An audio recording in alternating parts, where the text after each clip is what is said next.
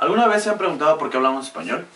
Quizá digan que es muy fácil, porque los españoles nos conquistaron y nos heredaron su lengua.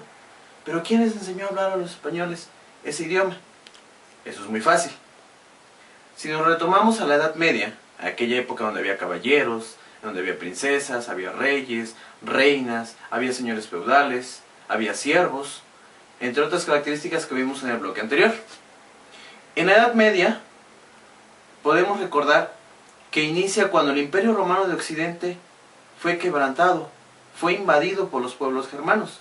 Los pueblos germanos eran reinos bárbaros, y se les llamaba bárbaros porque no compartían los ideales de los romanos.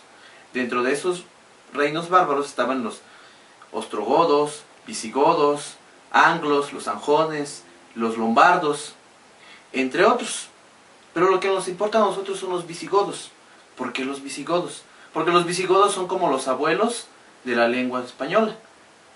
Ahora, también anotamos en apuntes pasados que el latín es la lengua oficial de Roma. Y al combinarse con las costumbres y tradiciones de los pueblos bárbaros, dieron origen a 4 lenguas, que son las lenguas romances, porque provienen de Roma, lo que es portugués, italiano, francés y español. Tiene como característica de que estas lenguas tienen palabras muy parecidas al español, que es a lo que nos compete. Por ejemplo, el italiano tiene grazie, pues es gracias. ¿Cuánto costa? ¿Cuánto cuesta? Si nos vamos al francés, hay muchas palabras que nosotros utilizamos, pero son muy parecidas o quizás son igual que las francesas. Por ejemplo, boutique, collage, ballet, tour, glamour. Nos pasamos al portugués. La palabra rato significa ratón. Noivo significa novio. Reportaje significa reportaje. Paisaje significa paisaje.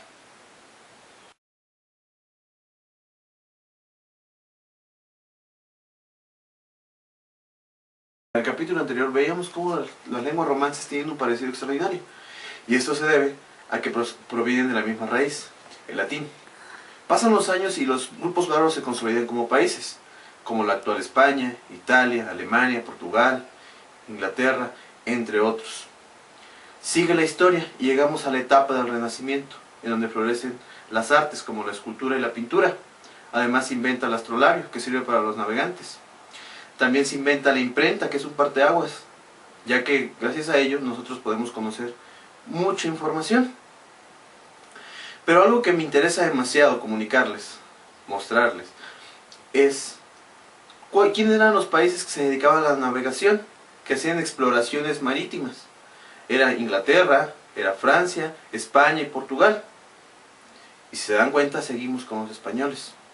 Dentro de estos viajes hay un personaje muy conocido por nosotros, Cristóbal Colón, quien descubre América en el año de 1492.